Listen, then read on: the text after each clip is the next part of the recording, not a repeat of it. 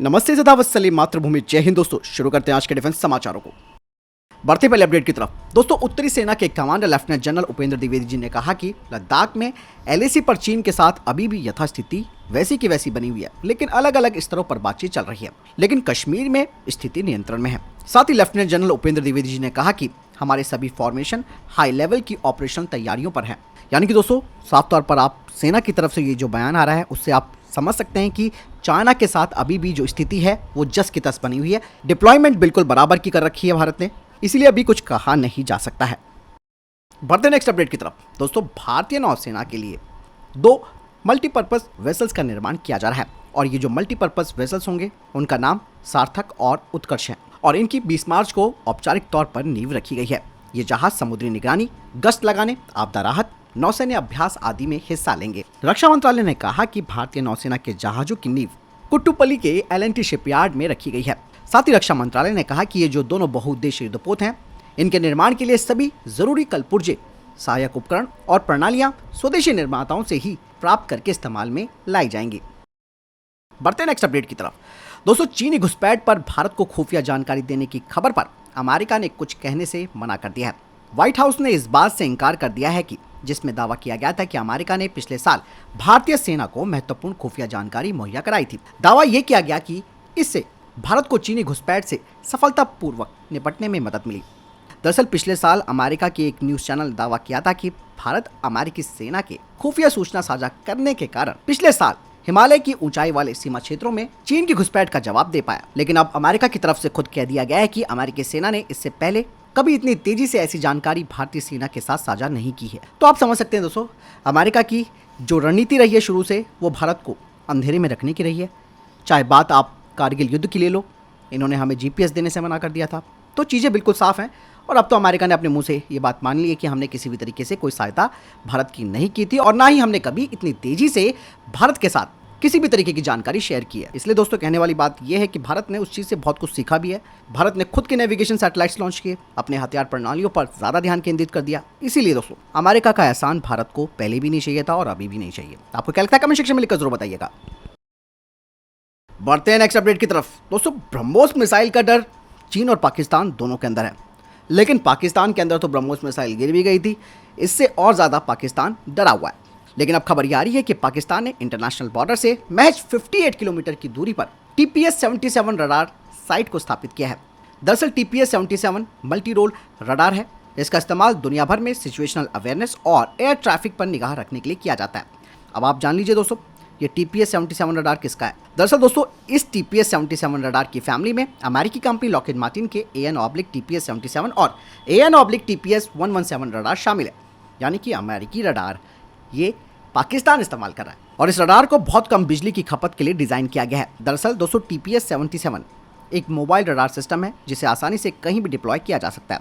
इसे पहाड़ी, जमीनी और समुद्री क्षेत्रों में आसानी से पहुंचाया जा सकता है। ये radar S band frequency range में काम करता है। इसकी अधिकतम डिटेक्शन रेंज 463 किलोमीटर है। ये रडार चुनौतीपूर्ण वातावरण में सटीकता के साथ लक्ष्य का पता लगाने और उसको ट्रैक करने की क्षमता रखता है और इस काम के लिए इस रडार में अपग्रेडेड डिजिटल सिग्नल प्रोसेसिंग तकनीक का इस्तेमाल किया गया है। ये जहाज, ड्रोन और मिसाइलों तक का भी पता लगा सकता है। दरअसल पाकिस्तान ने अमेरिका की कंपनी लॉकहीड मार्टिन से TPS-77 MRR रडार सिस्टम खरीदे हैं। हालांकि दोस्तों, इस अमेरिकी रडार से भारत का जो एयर डिफेंस है वो प्रभावित हो सकता है। भारत अपने एयर डिफेंस सिस्टम को आधुनिक बनाने के लिए कई कोशिशें कर रहा है, लेकिन पाकिस्तान की इस नई रडार साइट से भारत के लिए सरप्राइज अटैक करना मुश्किल बन सकता है। भारत और पाकिस्तान में बढ़ते तनाव को देखते हुए ये विशेष रूप से एक चिंता की बात है और बात साफ है कि ब्रह्मोस का डर पाकिस्तान के अंदर है, जिस वजह से वो इस तरीके के काम कर रहा है।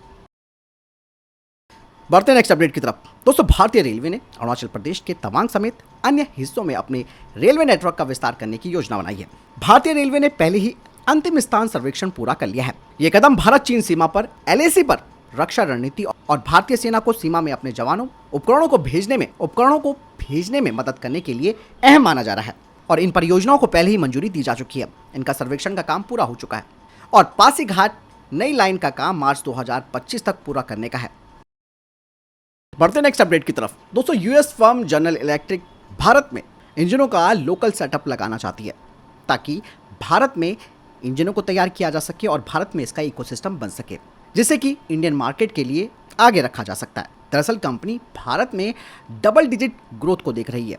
कंपनी का मानना है कि आने वाले 10 से 15 सालों में भारत में बड़े पैमाने पर फाइटर जेट्स बनेंगे। दोस्तों, जनरल इलेक्ट्रिक को 99 F404 इंजन का कॉन्ट्रैक्ट पहले ही मिल चुका है, जिन्हें कि 73 तेजस मार्क 1A प्रोग्राम के लिए दिया गया है। इसके अलावा HAL 70 और इंजनों का ऑर्डर देगा, जो कि 50 तेजस मार्क 1A कॉन्ट्रैक्ट के तहत होंगे, जिन्हें कि 2028 से दिया जा सकता है। इसके अलावा दोस्तों, Tejas mark 2, TED BF, AMCA mark 1 programme, इनमें F414 इंजन लगेंगे और कहा यह जा रहा है कि 88 HLFT-42 नेक्स्ट जनरेशन ट्रेनर विमानों में भी इस तरीके के इंजन को लगाया जाएगा। बढ़ते हैं नेक्स्ट अपडेट की तरफ। दोस्तों, कुछ खबरें सामने आई हैं जिसमें यह कहा जा रहा है कि स्वीडिश ग्रिपेन ई, इसकी पर यूनिट कॉस्ट $85 मिलियन है, जो कि फ्रेंच राफेल के $115 मिलियन से काफ़ी कम है। दरअसल सैप इस फाइटर जेट की पूरी तकनीक भारत को देने को तैयार है, जिसमें कि भारत इसमें कस्टमाइजेशन भी कर सकता है, यानी कि इसमें स्वदेशी रडार, मिसाइल और एवियोनिक्स को भी लगा सकता है। ये नहीं, इसके अलावा ये भी कहा जा रहा है कि ग्रिपेन भारत की 120 तेजस मार्क 2 की जरूरतों को कम कर सकता है और इंडियन एयरफोर्स की 114 फाइटर जेट्स की जरूरतों को भी पूरा कर सकता है, वो भी MRFA प्रोग्राम के तहत। इस तरीके से भारत का पूरा ध्यान अपने AMC प्रोग्राम पर लगा रहेगा। यही नहीं, रिपोर्ट में ये भी कहा गया है कि F414 इंजन एक कॉमन प्लेटफॉर्म रहेगा ग्रिपेन में, टेड BF और AMCA में, और इस तरीके से ग्रिपेन एक अच्छी पोजीशन पर है और इंडियन एयरफोर्स को कम कीमत में ये मिल सकता है।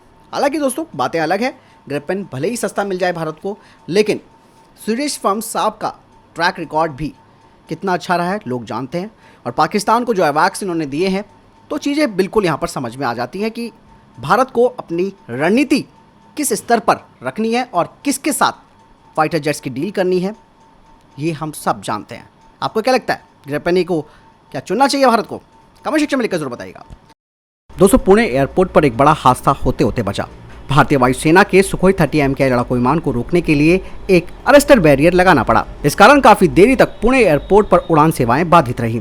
दरअसल दोस्तों, पुणे अंतर्राष्ट्रीय हवाई अड्डे की सेवाएं लोहेगांव स्थित भारतीय वायुसेना स्टेशन से संचालित की जाती हैं।